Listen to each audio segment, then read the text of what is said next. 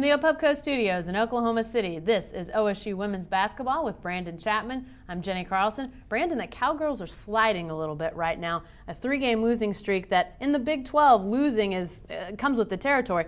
But is this a troublesome streak right now for the Cowgirls? I'd say so. I'd say it's definitely a troublesome streak just simply because of the last game they lost. They lost 2 straight, which was after a long stretch of really tough games. They lost to Nebraska and they lost to Oklahoma.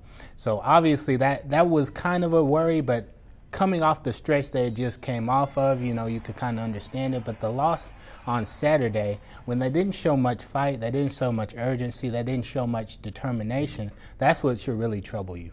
Well, and that was a loss to Texas Tech at home. Now you've got a couple games coming up if you're the Cowgirls, a home game against a really good A&M squad, and then a road game against Baylor. How do they right the ship at this point?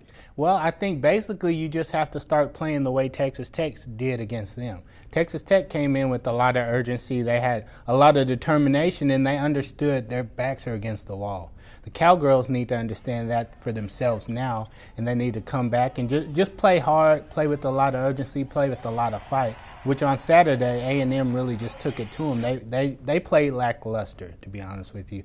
And so they had a little meeting after the game. Obviously, they understood, things aren't going the way they want them to be going. So hopefully they'll get things turned in the right direction, and obviously you have to win this game against A&M on Wednesday at home. Lastly, 18-6 right now are the Cowgirls, 6-4 in conference play.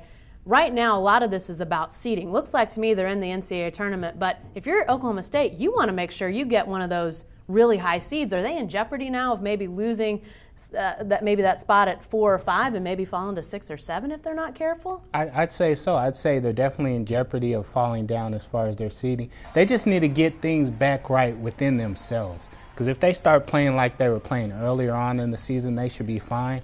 But right now, they're kind of letting teams come in and they're beating themselves. Those teams aren't necessarily beating them. So they just need to get things right internally. And I think if they do that, they will be okay. All right. Thanks, Brandon.